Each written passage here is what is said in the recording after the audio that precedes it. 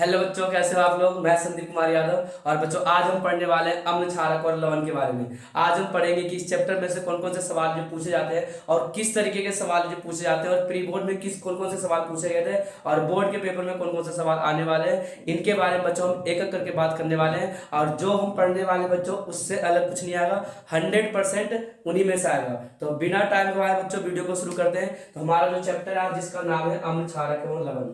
बच्चों, सबसे पहले हम बात करते हैं अम्ल के बारे में कि अम्ल जो होता है स्वाद में खट्टे होते हैं। जितने भी खट्टे पदार्थ होते हैं उसे अम्ल कहते हैं। और बच्चों, अम्ल को जब पानी में डालते हैं तो H प्लस आयन देता है। एक नंबर का सवाल जो पूछ लिया जाता है कि जब अम्ल को पानी में डालते हैं तो कौन सा आयन देता है, तो H प्लस आयन देता है। पानी में डालेंगे तभी H प्लस आयन देगा। अम्ल जो होते हैं विद्युत के सुचालक होते हैं, इनकी इसमें से विद्युत धारा पास हो जाता है। और अम्ल जो होते हैं नीले रंग के लिटमस पेपर को लाल में बदल देते हैं। जब भी हम अम्ल को नीले रंग के लिटमस पेपर पे डालेंगे तो लाल में कन्वर्ट हो जाएगा। अब बच्चों, लिटमस पेपर जो होता है एक सूचक होता है, एक ऐसा सूचक होता है जो रंगों में परिवर्तन के द्वारा अम्ल और क्षारक के बारे में बताता है। अब जो लिटमस पेपर जो है लाइकेन पौधे से लिया गया है, जिसका प्राकृतिक रंग पर्पल होता है, यानी कि बैंगनी होता है। ये ऐसे क्वेश्चन है बच्चों जो एक एक नंबर के पूछ लिए जाते हैं। समझ में आ गया बच्चों। उसके बाद हमने पढ़ा था क्षारक के बारे में। क्षारक जो होते हैं वो कड़वे होते हैं। जितने भी कड़वे पदार्थ होते हैं उसे हम क्षारक कहते हैं। और क्षारक को जब हम पानी मिलाते हैं तो OH माइनस आयन देता है। अम्ल को मिलाएंगे तो H प्लस आयन देगा, और क्षारक को मिलाएं तो OH माइनस आयन देगा। ठीक है बच्चों। अगर क्षारक को पानी मिलाएंगे तब OH माइनस आयन देगा, नहीं तो नहीं देगा। और अम्ल और क्षारक जलीय विलयन में विद्युत के सुचालक होते हैं, क्योंकि अम्ल H प्लस आयन देता है और क्षारक OH माइनस आयन देता है। जहां पे भी आयंस होंगे वहां पे विद्युत का सुचालक होगा, यानी कि विद्युत का चालन होगा। अगर आयंस नहीं होंगे तो विद्युत का चालन नहीं होगा। और बच्चों, आयंस कब होंगे, जब पानी में दोनों को मिलाएंगे। जब अम्ल को पानी मिलाएंगे तो H प्लस आयन देगा, और जब क्षारक को मिलाएंगे तो OH माइनस आयन देगा।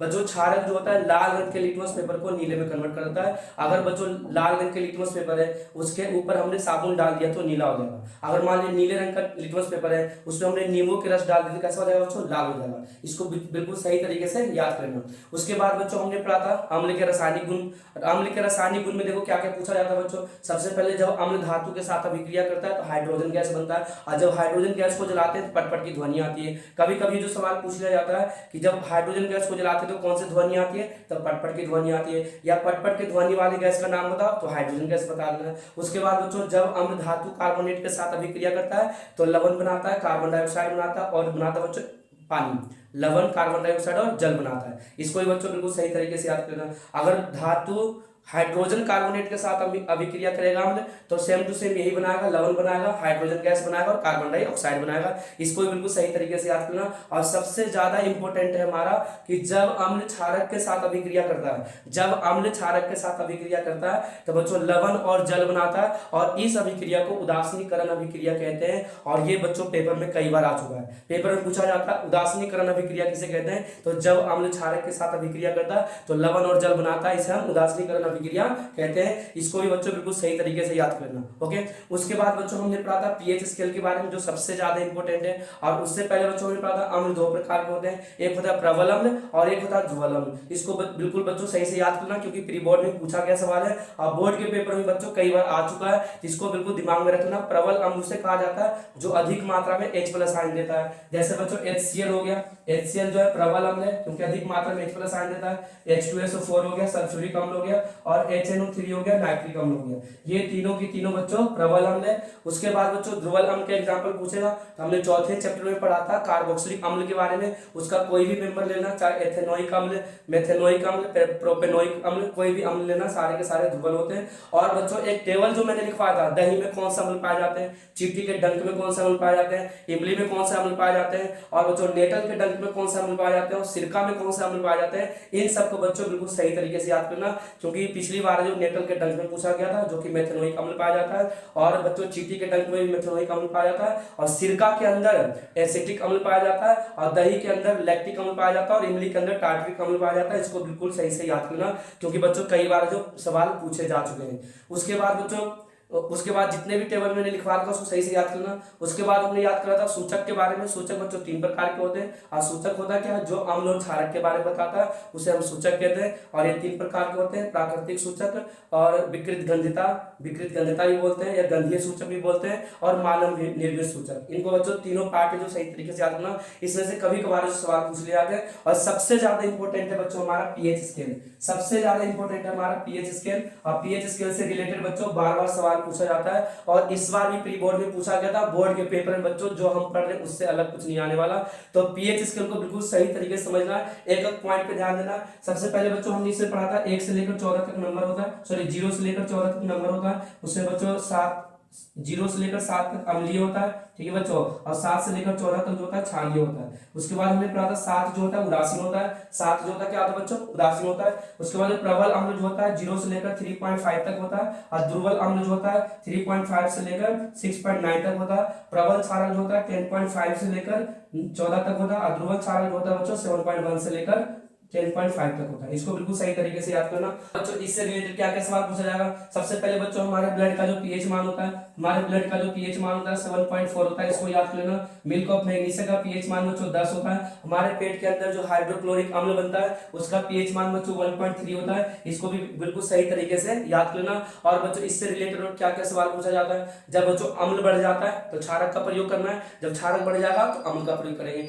जैसे बच्चों खेतों में अम्लीय वर्षा के कारण, जैसे अम्लीय वर्षा सबसे पहले समझ बच्चों होता क्या है। अम्लीय वर्षा जब बारिश के पानी का पीएच मान 6.5 से कम हो जाता है, सॉरी 5.6 से कम हो जाता है। जब बारिश के पानी का पीएच मान 5.6 से कम हो जाता है तो पानी जो होता है अम्लीय हो जाता है। अब बच्चों इसका क्या क्या प्रभाव देखने को मिलता है, किस प्रकार के सवाल पूछे जाते हैं। सबसे पहले बच्चों अम्लीय वर्षा के कारण जो मिट्टी होता है वो अम्लीय हो जाता है, जिसके कारण फसल खराब होने लग जाते हैं। और इसको सही करने के लिए जो किसान होते हैं कैल्शियम कार्बोनेट या तो चौक डालते हैं। कई बार जो सवाल पूछा जा चुका है कि जो किसान है अपने मिट्टी में कैल्शियम कार्बोनेट क्यों डालता है, तो बताना अम्लीय वर्षा के कारण, क्योंकि मिट्टी जो अम्लीय हो चुका है और जिसके कारण जो पौधे हो जो फसल है वो खराब होने लग जाते हैं। और इसे उदासीन करने के लिए हम कैल्शियम कार्बोनेट या तो चौक डालते हैं या तो खाद डाल देते हैं। उसके बाद जो अम्लीय वर्षा के कारण पानी में रहने वाले जो जीवधारी होते हैं, नदी में रहने वाले जो जलीय जीव होते हैं, उनका जीवन बहुत ज्यादा कष्टदायक हो जाता है, क्योंकि ज्यादा अम्लीय बढ़ने के कारण अपने आप को सर्वाइव नहीं कर पाते हैं। इन पॉइंट को बच्चों बिल्कुल सही तरीके से याद करना। उसके बाद दंत क्षय क्या होता है, जब हमारे मुंह का पीएच मान 5.5 से कम हो जाता है तो हमारे दांत जो सड़ने लग जाते हैं, जिसे दंत क्षय कहा जाता है। और दंत क्षय से रोकने के लिए बच्चों एक सवाल पूछा गया था प्री बोर्ड में, दंत क्षय को रोकने के लिए हमें क्या करना चाहिए, दांत मंजन करना चाहिए या तो कॉलगेट कर लेना चाहिए। और बच्चों या तो बहुत सारे लकड़ी से भी हम दांतों को साफ करते हैं, जैसे बबूल का हो गया, नीम का हो गया, क्योंकि सारे के सारे क्षारीय होते हैं। जब हमारे मुंह में अम्ल बढ़ जाता है तो बच्चों उसको उदासीन करने के लिए हम क्षारीय का प्रयोग करते हैं। और जब उदासीन हो जाता है दांत जो सड़ने से बच जाता है, क्योंकि बच्चों जब हम खाना खाते हैं तो हमारे मुंह के अंदर जो बैक्टीरिया होता है, खास करके जब हम मीठा खाते हैं तो हमारे मुंह के अंदर जो बैक्टीरिया होता है वो अम्ल बनाने लग जाता है, जिसके कारण पीएच मान नीचे गिरना शुरू हो जाता है और दांत जो सड़ने लग जाते हैं, इसी को कहते हैं दंत क्षय। सुना के बच्चों। उसके बाद बच्चों प्रति अम्ल क्या होता है, जब हमारे पेट में अम्ल ज्यादा बढ़ जाता है तो पेट में गैस बनने लग जाता है, पेट में दर्द होना शुरू हो जाता है, जिसे हम अम्लता कहते हैं। और इससे छुटकारा पाने के लिए जिस दवाई का प्रयोग करते हैं, जिस मेडिसिन का प्रयोग करते हैं, उसे हम प्रति अम्ल कहते हैं। और बच्चों इससे छुटकारा पाने के लिए क्या करेंगे, क्षारक का प्रयोग करेंगे। और क्षारक के रूप में किसका प्रयोग करेंगे, मिल्क ऑफ मैग्नीशिया या तो इनो का प्रयोग करेंगे, क्योंकि अम्ल बढ़ चुका है। अगर अम्ल बढ़ेगा तो क्षारक का प्रयोग करेंगे और क्षारक बढ़ेगा तो अम्ल का प्रयोग करेंगे। इसको बच्चों बिल्कुल सही तरीके से याद कर लेना। उसके बाद बच्चों एक पॉइंट और याद करना है, सेवन पे रंग कैसा होता है, ग्रीन होता है। ध्यान रखना बच्चों, सेवन पे रंग कैसा होता है, ग्रीन होता है। अगर किसी का पीएच मान 7 है तो उसका जो रंग होगा ग्रीन होगा। और बच्चों उसके बाद पानी का जो प्योर वाटर होता है, पीने वाला जो पानी होता है, उसका पीएच मान 7.0 होता है। ये कैसा होता है, उदासीन होता है। हम पानी जो पीते हैं उदासीन पीते हैं। अगर उदासीन को बच्चों अगर डालेंगे लिटमस पेपर पे तो कोई कलर में बदलाव नहीं आएगा। जो नीला रहेगा वो नीला ही रह जाएगा, जो काला रहेगा वो काला ही रहेगा, जो ब्लू रहेगा वो ब्लू रह जाएगा, और जो लाल होगा वो लाल ही रह जाएगा, कोई परिवर्तन नहीं आएगा। इस पॉइंट को बच्चों बिल्कुल सही तरीके से याद कर लेना। बहुत सारे ऐसे जानवर होते हैं जो अपने आप को बचाने के लिए, डिफेंस करने के लिए बच्चों अम्ल छोड़ते हैं। जैसे चींटी के डंक के अंदर मेथनोइक अम्ल होता है। अब वो कब ऐसा करता है बच्चों, जब हम चींटी को परेशान कर रहे होते हैं या जब चींटी को लगता है कि हमें कोई मारने वाला है या उसे खतरा महसूस होता है तो मेथनोइक अम्ल जो छोड़ देता है। अब वो जिससे हमारी स्किन में बच्चों जलन होना शुरू हो जाता है। उससे छुटकारा पाने के लिए हम क्या करते हैं, लोहे की चीजों से हम उसको रब करते हैं, लगड़ते हैं, क्योंकि लोहा जो होता है क्षारीय होता है, क्योंकि वो धातु है। धातु कैसा होता है, क्षारीय होता है। अब उदासीन होने के बाद जलन कम हो जाता है। समझा के बच्चों। उसके बाद जो सबसे ज्यादा इंपॉर्टेंट जो पेपर में बार बार पूछे जाते हैं वो है हमारा विरंजक चूर्ण। बच्चों विरंजक चूर्ण में सबसे पहले रासायनिक नाम याद कर लेना, कैल्शियम ऑक्सीक्लोराइड, रासायनिक फॉर्मूला याद कर लेना और ये कैसे बनता है उसको याद कर लेना। और बच्चों एक उपयोग हमेशा याद कर लेना कि विरंजक चूर्ण का प्रयोग पानी के अंदर जो जीवाणु होते हैं उसको मारने के लिए किया जाता है। पेपर में पूछा जाता है पानी के अंदर जीवाणु को मारने के लिए किसका प्रयोग किया जाता है, तो बताना विरंजक चूर्ण का प्रयोग किया जाता है। उसके बाद बच्चों आता है बेकिंग सोडा आता है। बेकिंग सोडा का सोडियम हाइड्रोजन कार्बोनेट क्या होता है बच्चों, सोडियम हाइड्रोजन कार्बोनेट, रासायनिक नाम, रासायनिक सूत्र और ये बनता कैसे है। उसके बाद बच्चों इसका यूज कहाँ कहाँ किया जाता है। सबसे पहले बच्चों बेकिंग सोडा का प्रयोग बेकिंग पाउडर बनाने में किया जाता है। अब बेकिंग सोडा से बेकिंग पाउडर बनाने के लिए टार्टरिक अम्ल का प्रयोग किया जाता है, क्योंकि बेकिंग सोडा जो होता है क्षारीय होता है, उसको उदासीन करने के लिए टार्टरिक अम्ल डाला जाता है जो कि इमली के अंदर होता है। ये पॉइंट बच्चों कई बार आ चुका है। उसके बाद बच्चों बेकिंग सोडा का प्रयोग दवाई बनाने में किया जाता है, जैसे प्रति अम्ल बनाने में किया जाता है, इनो बनाने में किया जाता है, मिल्क ऑफ मैग्नीशिया बनाने में किया जाता है। और बेकिंग सोडा का प्रयोग बच्चों आग से बचने के लिए भी किया जाता है, जब आग लग जाती है तो उसे बुझाने के लिए भी बेकिंग सोडा का प्रयोग किया जाता है। और बेकिंग पाउडर का प्रयोग केक को मुलायम बनाने के लिए, ब्रेड को मुलायम बनाने के लिए, छोले को पकाने के लिए, भटूरे को पकाने के लिए, कुलचे को मुलायम बनाने के लिए, इन सब के अंदर बेकिंग पाउडर का प्रयोग किया जाता है। केक के अंदर बच्चों बेकिंग पाउडर डालेंगे, ना कि बेकिंग सोडा डालेंगे। अगर बेकिंग सोडा डालोगे तो केक क्या हो जाएगा, खराब हो जाएगा, क्योंकि कड़वा होता है, केक कड़वा हो जाएगा। समझ आगे बच्चों। उसके बाद धावन सोडा आता है। धावन सोडा बच्चों रासायनिक नाम sodium carbonate Deka hydrate, sodium carbonate Deka hydrate. कभी कभी बच्चों सवाल पूछा जाता है कि बेकिंग सोडा से धावन सोडा बनाओ। मैंने 2 इक्वेशन लिखवाया था बच्चों, उसको बिल्कुल सही तरीके से कर लेना है और सही तरीके से याद कर लेना। 2 इक्वेशन बिल्कुल 2 नंबर का सवाल जो पूछ लिया जाता है। इससे बच्चों इसका प्रोडक्शन याद कर लेना है, उत्पादन याद कर लेना है और एक यूज हमेशा याद कर लेना है। बेकिंग सोडा सॉरी धावन सोडा का जो प्रयोग किया जाता है पानी को परमानेंट हार्डनेस को हटाने के लिए, पानी के कठोरता को दूर करने के लिए धावन सोडा का प्रयोग किया जाता है। क्योंकि 1 नंबर का सवाल जो कई बार पूछा जा चुका है कि पानी की कठोरता को दूर करने के लिए किसका प्रयोग किया जाता है, तो बताना धावन सोडा का प्रयोग किया जाता है। और ये बच्चों कई बार पेपर में आया हुआ सवाल, इसको दिल और दिमाग में सही से रख लेना है। ठीक है बच्चों। उसके बाद सबसे ज्यादा इंपॉर्टेंट हमारा बच्चों पीओपी। पीओपी कैसे बनता है, जब जिप्सम को 100 डिग्री सेल्सियस में गर्म करते हैं। जिप्सम का फॉर्मूला क्या होता है, कैल्शियम सल्फेट 2 हाइड्रेट। इसको जब हम 100 डिग्री सेल्सियस पे गर्म करेंगे तो पीओपी बन जाएगा।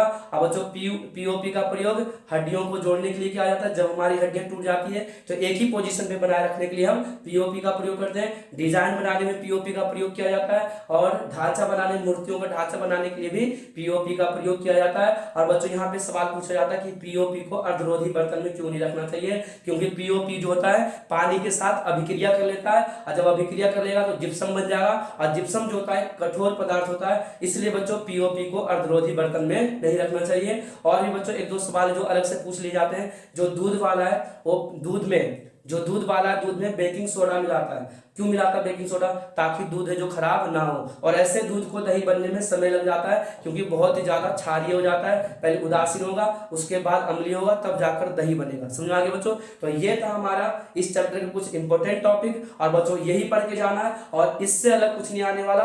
बच्चों लिख कर ले लो और वीडियो को सेव कर लेना और देखकर बच्चों कमेंट जरूर करना। वीडियो देखने के लिए बहुत बहुत धन्यवाद।